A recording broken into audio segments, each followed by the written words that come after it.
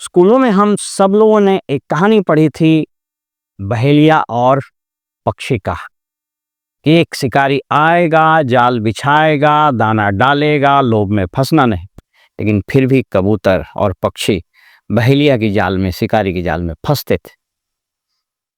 अब चूंकि प्रजातंत्र आ गया है, इसलिए इस कहानी का स्वरूप बदल गया है, भावार्थ वही है।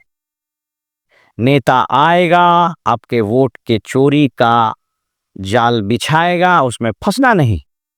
लेकिन उसके बावजूद ये वोट के शिकारी आते हैं, जाल बिछाते हैं और मतदाता फंसते हैं। और इसका जीता जागता एग्जाम्पल है मुख्यमंत्री महिला रोजगार योजना। नमस्कार, मेरा नाम है ओम प्रकाश यादव और आप देख रहे हैं वॉइस ऑफ रिपब्लिक। मुख्यमंत्री महिला रोजगार योजना क्या धरातल पर सफल हो सकेगा? उत्तर है नो। क्या 1,40,00,000 महिलाओं को जो 10-10 हजार रुपए दिए गए, तो रिमेनिंग यानी बाकी के 1,90,000 रुपया, यानी इन लोगों को 2-2 लाख रुपया देना था, तो क्या 1,90,000 रुपया इन लोगों को यह सरकार दे देगी? उत्तर है नहीं। इस चुनाव में क्या ब्यूरोक्रेसी न्यूट्रल रही? उत्तर है नहीं। क्या चुनाव आयोग इस चुनाव में निष्पक्ष रह पाया? उत्तर है नहीं। क्या चुनाव आयोग धन और बल के प्रयोग को इस चुनाव में रोक पाया? उत्तर है नहीं। आइए, इस मुख्यमंत्री रोजगार योजना, इसका पूरा कैबिनेट डिसीजन की कॉपी मेरे हाथ में है और संविधान की एक किताब मेरे हाथ में है। इसके अलावा सरकारी सेवकों के संबंध में जो नियमावली है, गवर्नमेंट सर्वेंट कंडक्ट रूल्स, वो मेरे हाथ में है और बिहार का बजट भी मेरे हाथ में है। और ये मुख्यमंत्री द्वारा कराया गया जाति आधारित गणना भी मेरे साथ। सबसे पहले इस मुख्यमंत्री महिला रोजगार योजना के आर्थिक, उसके बाद राजनैतिक और उसके बाद प्रशासनिक दुष्परिणामों की चर्चा आज हम कर रहे हैं। सबसे पहले आइए इस योजना के आर्थिक दुष्परिणामों। मुख्यमंत्री ये कैबिनेट से पास यह योजना, इसका पत्र निकला था 1 सितंबर 2025 को। याद रखिए 6 अक्टूबर को आचार संहिता लगा था, तो यानी निश्चित रूप से यह योजना चुनाव की घोषणा के पहले पारित किया जा चुका था, यानी कैबिनेट से पास हो गया। अब इसमें कहता है कि करीब करीब 2 करोड़ महिलाओं का लक्ष्य रखा गया है। 2 करोड़ महिलाओं को उद्यमी बनाने के लिए, यानी उनकी आर्थिक स्थिति खराब है उसको सुधारने के लिए उनको मदद की जाएगी और उसी के दृष्टिकोण से 10,000 रुपये का पहला किस्त उनको दिया गया है। हालांकि यह इसमें नहीं लिखा गया है कि यह राशि उनसे वापस ली जाएगी या नहीं ली जाएगी, कुछ नहीं लिखा गया है। ऐसे शब्दों का प्रयोग किया गया है कि हाँ भी मेरी, ना भी मेरी, चित भी मेरी, पट भी मेरी। बहरहाल एक अलग विषय है। अब इसके बाद इस योजना की शुरुआत हुई और पहली किस्त योजना के चुनाव आयोग की घोषणा के पहले दे दी गई, यानी तकनीकी रूप से चुनाव आयोग के आदर्श आचार संहिता के घेरे में ये नहीं आया। अब आइए कि बिहार का ये बजट, मैं क्यों कह रहा हूं कि ये योजना धरातल पर नहीं उतर सकता है और ये 1,40,00,000 जीविका दीदियों के अकाउंट में जो 10,000 रुपया आया, उसी से संतोष कर लीजिए, क्योंकि 5 रुपए प्रतिदिन के हिसाब से आपने वोट को बेच दिया। अब आपके खाते में एक नया पैसा नहीं जा सकता है और उसको आज हम स्पष्ट कर देते हैं। आप एक सिंपल कैलकुलेशन ले लीजिए। 1,40,00,000 महिलाएं, 10,000 रुपया दिया गया, लगभग 14,000 करोड़ रुपया इसमें खर्च हुआ। कोई दिक्कत नहीं है, 14,000 करोड़ रुपया बिहार सरकार ने BCF से लोन ले लिया, बिहार कंटीजेंट फंड से, और दे दिया। चुनाव जीत गई, लोग वोट दिए, कोई दिक्कत नहीं है।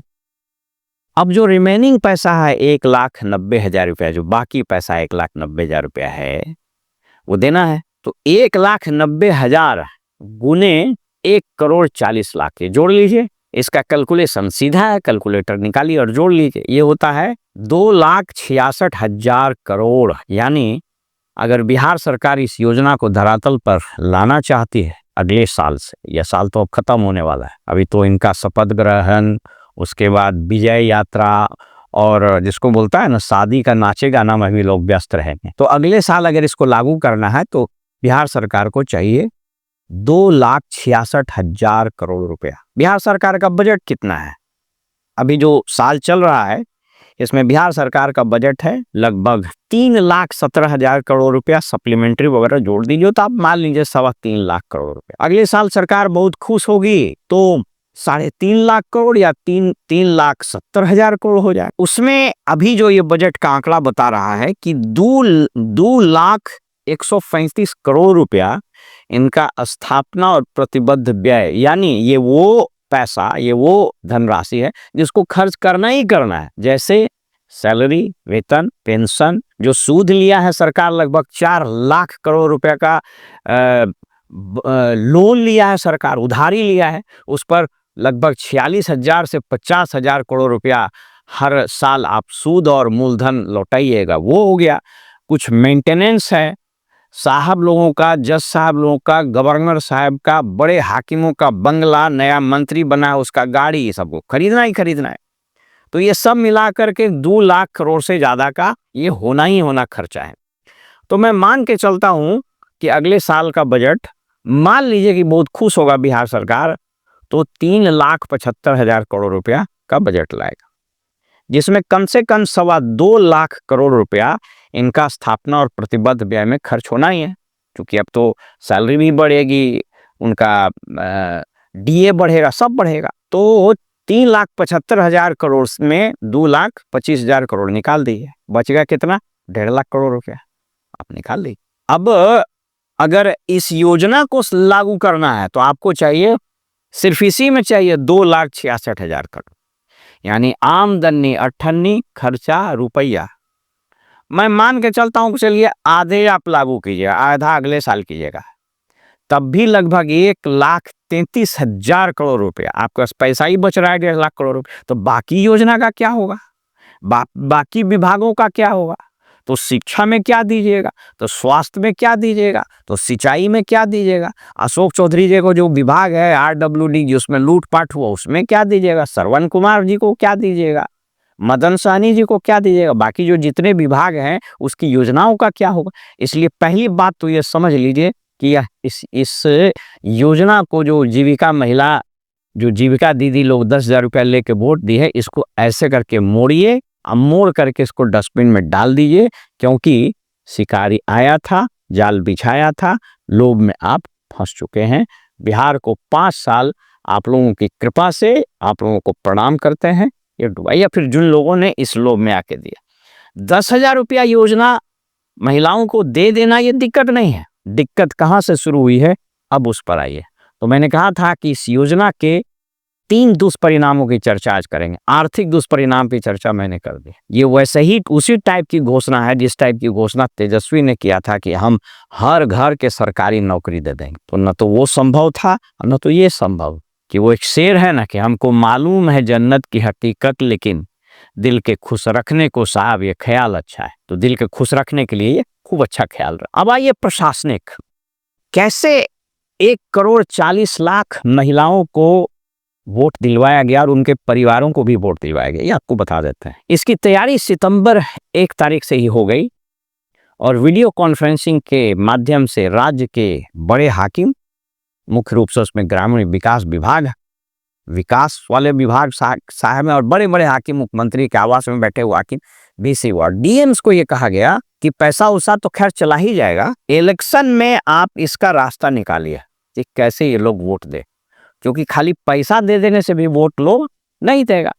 तो क्या उपाय लगाया जाए? तो उपाय ये लगाया गया, लगातार उसके लिए मॉनिटरिंग हुई। इलेक्शन के दिन सारा DMs अपने चैम्बर में, अपने कंट्रोल रूम में और पटना में बैठ के सारे हाकिम ये मॉनिटर नहीं कर रहे थे कि शांतिपूर्वक चुनाव हो रहा है कि नहीं, कहीं कोई गड़बड़ी तो नहीं हो रही, कहीं कोई वायलेंस तो नहीं हो रहा, इसकी किसी को कोई चिंता नहीं थी। और नहीं, इस राज्य के नासमझ मुख्य निर्वाचन पदाधिकारी को मैंने शुरू में ही कहा था कि ये और ज्ञानेश जी, ये दोनों महान हैं, इन लोगों को यह देश आने वाले समय में इतिहास के पन्नों में इन लोग का स्वर्णिम अक्षरों में नाम लिखा जाए। तो DM साहब लोग बैठे और सारे जीविका के लोगों को, DPM, BPM, एरिया कोऑर्डिनेटर, इस सब को लगाया गया और कहा कि हम कुछ नहीं जानते हैं। अब सोच के देखिए, चुनाव आयोग की लापरवाही या आपराधिक मिली भगत का षड्यंत्र। बूथ पर नियमानुसार presiding officer, polling officer, sector officers या जिसको चुनाव की ड्यूटी में लगाया गया है रिप्रेजेंटेशन ऑफ पीपुल एक्ट और कंडक्ट ऑफ इलेक्शन रूल्स वगैरह के तहत जिसको ड्यूटी लगाया गया, जिसको अपॉइंट किया गया, उसके अतिरिक्त इंक्लूडिंग द सिक्योरिटी फोर्सेस और कोई नहीं जा सकता। इस संबंध में मेरी कई जीविका के अधिकारियों से बात हुई, मैं उनका नाम नहीं बता सकता हूँ, इसमें बहुत रिसर्च हम किए, उस पर हम आप बात करते हैं अभी। तो ये लगातार मॉनिटरिंग हुई और बीपीएम, डीपीएम, एरिया कोऑर्डिनेटर जितने उसके इन लोगों ने तो कैडर ही बना दिया है। मैंने अपने एक वीडियो में बताया था कि जैसे कि कैसे जीविका दीदियों को या इस जीविका संगठन को ही जदयू का एक समझिए कि एक प्रकोष्ठ बना दिया गया। तो ये लोग बैठा और हर आधे घंटे पर 15 मिनट पर फीडबैक लिया जा रहा था कि फलाने बूथ पर क्या हो। 2 जीविका दीदी को बैठाया बूथ पर, उसके हाथ में रजिस्टर, उसके हाथ में कलम, मोबाइल, और उस पर्टिकुलर बूथ के अंदर जितनी जीविका दीदी आती थी सबका नाम और मोबाइल नंबर एक एक को फोन करके बुलाना। और ये जितने सारे ऑफिसर थे जीविका के उन सभी को लगाया, गाड़ी लो, मोटरसाइकिल लो, टोटो लो, ऑटो रिक्शा लो, स्कॉर्पियो लो, जो लेना है लो, पकड़ के लाओ। और सारे लोगों को लाया गया। उतना ही नहीं, उस जीविका दीदी के घर में जो पुरुष लोग भी थे 10,000 रुपया का लोग, तो सबको लाया गया। और किसी मतलब लगभग 70 से 80 इस पर कोई अगर सर्वे कर ले और कोई इन्वेस्टिगेटिंग एजेंसी या कोई एनजीओ इस पर सर्वे कर ले कि कितनी जीविका दीदियों ने वोट दिया, मैं बता रहा हूँ 99.99% से नहीं होगा कम। तो लोगों को वोट दिलवाया और परिणाम सबके सामने। देखिए ये इलेक्शन पूरा नॉन लेवल प्लेइंग फील्ड से लड़ा गया।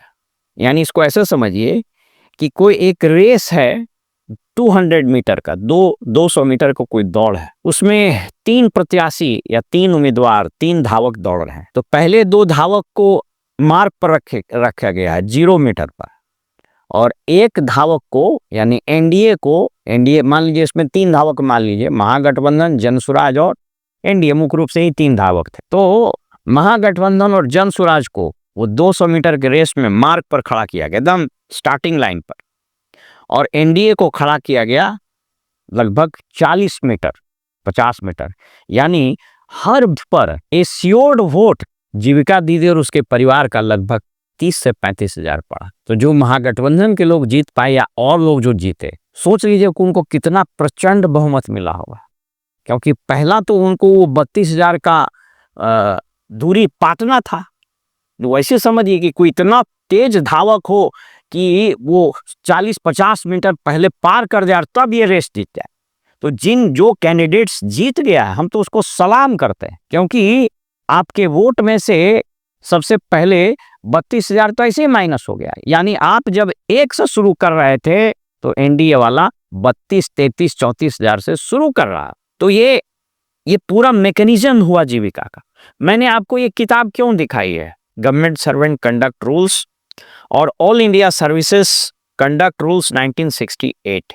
ये दोनों नियम कहता है कि सरकारी कर्मियों को क्या नहीं करना चाहिए। देखिए ये गवर्नमेंट सर्वेंट कंडक्ट रूल्स 1976, मैं आपको स्क्रीन पर दिखा देता। इसमें कहता है कि कोई सरकारी सेवक किसी विधानमंडल या स्थानीय प्राधिकार के किसी निर्वाचन में न तो लोगों के मत के लिए कन्वासिंग करेगा यानी याचना करेगा, न अन्यथा हस्तक्षेप करेगा, और न ही अपने प्रभाव का प्रयोग करेगा, और न ही भाग। तो बिहार सरकार के जो ये ऑल इंडिया सिविल सर्विसेज के लोग हैं, वो including the IAS and the mainly IAS और जीविका के जो लोग थे, वो मुख्य रूप से इसमें स्टेट सर्विसेज के बहुत कम लोग इन्वॉल्व, नहीं के बराबर। कुछ लोग होंगे तो हम नहीं कर सकते, डीडीसी वगैरह कुछ किया हो, एसडीओ तो सब रिटर्निंग ऑफिसर था, तो परेशान ही था। तो ये मुख्य रूप से ऑल इंडिया सर्विसेज आईएएस और मुख्य रूप से ग्रामीण विकास विभाग का सचिव, जीविका का सीईओ, जीविका के ये पूरा डीपीएम और बीपीएम और एरिया कोऑर्डिनेटर, इतना तरह का उसमें नाम है कि आपको याद नहीं रहेगा। इसके काडर कितने बन गया, काडर लिखा ही हुआ है, वो हम आपको दिखा देते हैं। ये लोग और कतिपय सरकारी बिहार सरकार के, तो इन लोगों ने इस रूल का उल्लंघन किया है। तो मैंने कहा कि प्रशासनिक दुष्परिणाम क्या होगा, हम बता रहे हैं। ये मेरे हाथ में संविधान की प्रति है, इसके आर्टिकल 309, 310, 311, 312 आदि में, इसके बाद 315-16 जो इनके अपॉइंटमेंट के लिए कमीशन यूपीएससी, बीपीएससी वगैरह बना हुआ है, ये इसमें अपेक्षा की जाती है कि जो ब्यूरोक्रेसी होगा वह न्यूट्रल होगा, वो स्टेट के लिए काम करेगा, वो कॉन्स्टिट्यूशन को एडहेयर करेगा और वो नियमों के अनुसार चलेगा। इसमें बिहार सरकार के जो अधिकारी मदद किए वो Bihar government servant conduct rules का उल्लंघन किए, और जो आईएएस अधिकारियों ने उसका साथ दिया वो all India services conduct rules 1968 के इस नियम का उल्लंघन किया, और संविधान का तो उल्लंघन हुआ ही।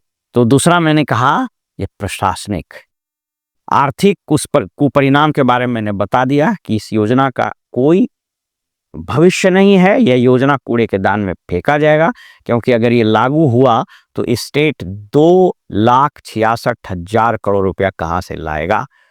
कुछ लोग कह सकते हैं कि बैंकों से ऋण, तो बैंकों से अगर ऋण मिल ही रहा होता इस राज्य में और 20 साल में इस सरकार का इतना प्रताप रहता ही, तो ये माइक्रो फाइनेंस के जाल में फंसकर ग्रामीण क्षेत्र में लोग अपने जीवन की लीला समाप्त नहीं कर रहे होते। मकर जाल बन चुका है। मेरे हाथ में ये सरकार का यही जाति आधारित गणना, इसके अनुसार इस राज्य में 2,76,68,903 परिवार है, जिसमें 6,000 तक कमाने वाले 34% है, 94,000 महीना का 6,000, 6,000 से 10,000 और 10,000 से 20,000। तो 20,000 तक महीना कमाने वाला एक परिवार की स्थिति क्या होगी वो आप समझ सकते हैं। एक परिवार का मतलब कम से कम 5 से 6 आदमी।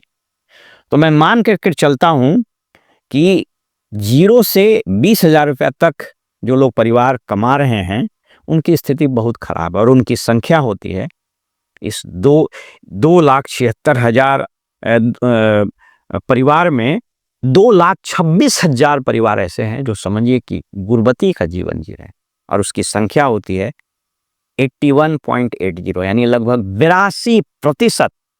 तो 100 में 82 लोगों को 20 वर्ष तक आप जलील कर करके गुर्बत में रख रहे हैं, और अचानक से 20 साल के बाद आपका तीसरा नेत्र जागता है, दिव्य दृष्टि प्राप्त होती है आपको, और आपको मुख्यमंत्री महिला रोजगार योजना का याद आता है। वो योजना जो सिर्फ और सिर्फ एक पॉलिटिकल जाल था मछलियों को फंसाने के लिए।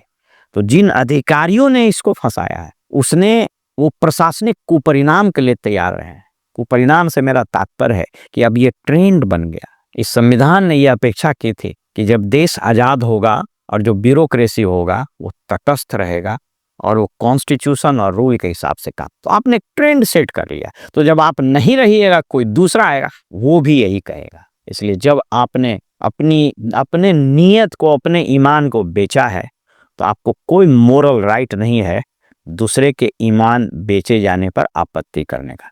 आपको कोई अधिकार नहीं है कि जो 20,000 रुपया घूस ले रहा है उसको विजिलेंस से पकड़वाने का, क्योंकि आप उससे बड़े घूसखोर हैं। क्योंकि आपने तो प्रजातंत्र के ही का ही रिश्वत ले लिया, आपने तो वोट का ही रिश्वत ले लिया। तो ये वोट के रिश्वत लेने वाले तमाम आईएएस अधिकारी और स्टेट सर्विसेज के अधिकारी जो इस षड्यंत्र में शामिल थे, उसने बिहार के प्रशासनिक व्यवस्था को तहस नहस कर दिया। अब आइए इसके पॉलिटिकल दुष्परिणाम के, राजनीतिक दुष्परिणाम। इसके राजनीतिक दुष्परिणाम इतने भयंकर होंगे कि सोचकर आदमी जो सेंसिबल है वह कांप जाएगा। जो सेंसिबल नहीं है उसको क्या फर्क पड़ता है। कांप इसलिए जाएगा कि अब तो यह ट्रेंड बन गया है कि 5 साल आप चुप रहिए, कुछ मत करिए। चुनाव के समय 20,000, 25,000, 50,000 रुपया आप डाल दीजिए, चुनाव करवा लीजिए, वोट ले लीजिए, जीत जाइए और फिर राज करिए अगले 5 वर्ष तक। और इस ट्रेंड की शुरुआत बिहार में कर दी है। इसलिए जब इस देश का कभी इतिहास लिखा जाएगा तो इसमें बिहार का यह चैप्टर लिखा जाएगा कि बिहारियों ने, बिहार के इन अधिकारियों ने और बिहार के राजनेताओं ने यहाँ के राजनीति में वो जहर घोला, उस रुझान की शुरुआत की, उस परंपरा की शुरुआत की जिसने लोकतंत्र को तार तार कर दिया। इसलिए अब आने वाले चुनाव में इस देश के मतदाता इस चीज के लिए तैयार रहें कि आपका मत खरीदा जाएगा, क्योंकि दोस्त ईमान तो हमने भी बेचा है। सब कुछ बिकता है इस बाजार में, खरीदने के लिए आपके पास पैसा और साधन चाहिए। तो फिलहाल जीविका दीदियों और उनके परिवार को या उन लोगों को जो इस रिश्वत के लालच में आकर ईमान बेचकर वोट दिए हैं, उनको मुबारक हो। और आने वाले समय में इसके दुष्परिणाम से हम सभी लोग 14 करोड़ बिहारी भुगतने के लिए तैयार रहे। क्योंकि अगर आपने बलात्कारियों का कि जिसका वीडियो वायरल हुआ वो भी जीता, आपने भ्रष्टाचारियों का जो 200 करोड़ की संपत्ति बनाए वैसे लोग भी जीते, हत्या के आरोपी जीते, तो फिर अब हम में से किसी को भी फलसफा देने का, फिलॉसफी बतियाने का, उपदेश देने का कोई अधिकार नहीं रह गया है। फिलहाल हमें इजाज़त दीजिए और आप देखते रहिए वॉइस ऑफ रिपब्लिक। नमस्कार।